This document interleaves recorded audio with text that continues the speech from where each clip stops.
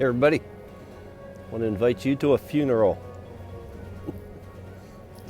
If you saw the clip go by really fast there, the title screen said it was a funeral to which they all came.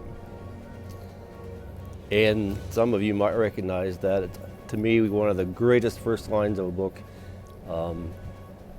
It's John Paul Van's in the Vietnam War. And I wish I had my copy. I loaned it to someone. It's this thick. It's a great book, you should read it. This isn't about that. It isn't about wars, a little bit. It's about high school, and it's about campuses like the one I just showed you. It's very cliche to say high school can't be all for college anymore, but what should it be? And there's the problem. As we talk about funerals, there's another one. These places. This is a beautiful campus as far as I know. It's been here for 150, 60 some years. It'll probably still be here, although I bet you they have a lot of debt, because just as I walked around, there were buildings I didn't recognize from when I was here before, not that long ago. A lot of campuses have a lot of debt, and as you know, I'm filming this in the middle of the pandemic. No one's in any colleges, no one's in any schools, no one knows what they'll be doing in the fall. I think things will be better than some people project, but some of these colleges were in trouble anyway. How does high school fit into that?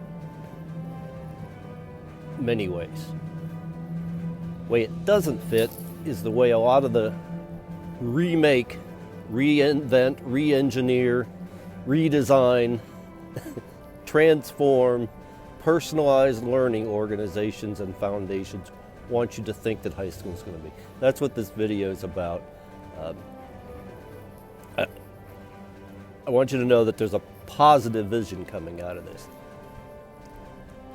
This isn't negative. It's not to tear these places down. It's to ask for their help and to get them to see beyond the vision they're stuck in. So we're going to look at that a little bit. I'm going to try to make it as fast as possible. But there's a lot going on, so please bear with me a little bit and we'll get through this. Cool. Let's get going.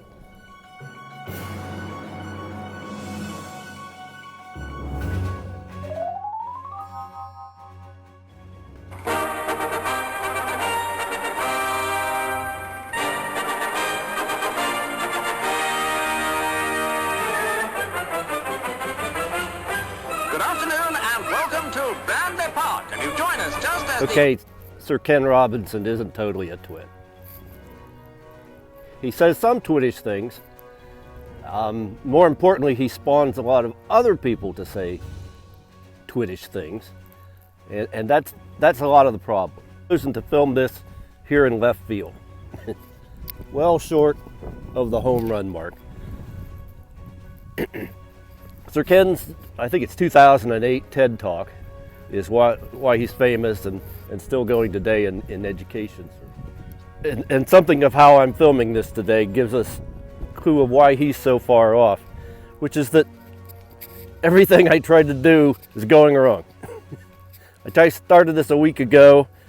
Since we're in the middle of the pandemic, the locations I wanted to film at are closed. Winter has arrived, even though it's May 12th. The wind is blowing, making background noise on this. Allergies have taken over my nose, as have the cold and wet weather, and I'm barely able to speak. We're going to plunder on through, and that's what schools have to do all the time. The fact that they have to do that and push 1 million kids out the door each year in a whole host of different situations, different kids with different variables every minute of every day, is why they need standardized things. It's just part of the deal. Does that mean we can't have more creativity? No, but it means teachers need help. It means they can't invent everything every day. It means they can't spend 2-3 hours a night looking up curriculum on Pinterest or Facebook or Google.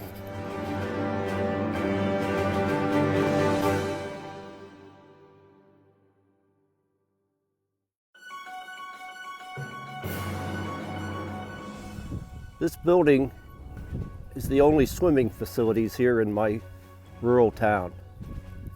It's been closed for more than 15 years. It was built by a veterans organization. My dad was part of that and he ran it for a while. Then it was given to the schools and the schools ran it for a while. And then they abandoned it because they couldn't take care of it.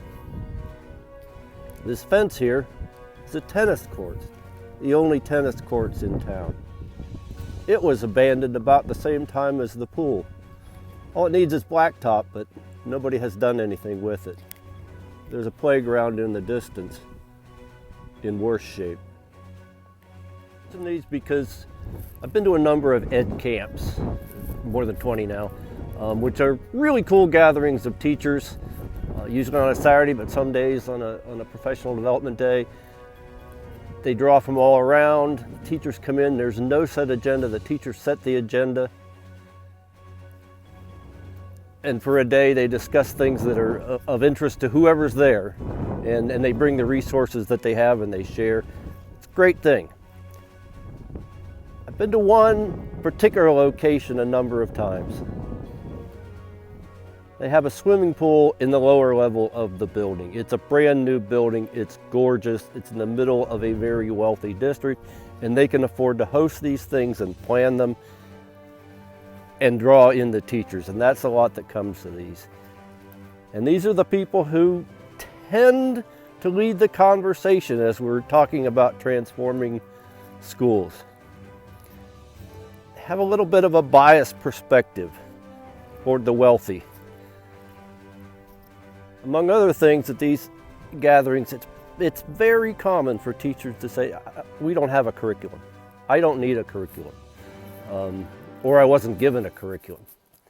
And again, that means they have to spend time coming up with their own curriculum. This doesn't work. And it's not a recipe for transforming high school.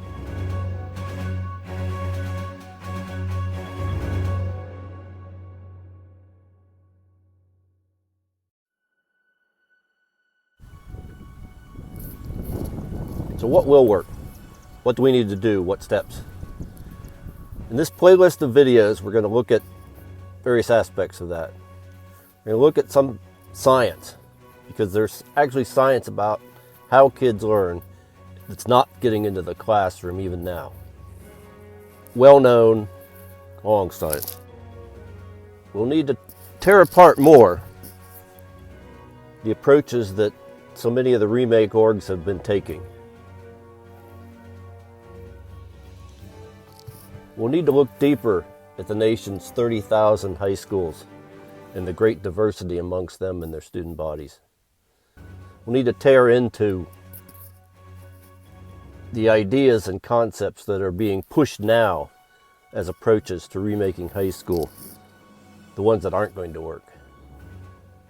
We need to look at how things are transformed. And when we say a 21st century, what do we mean?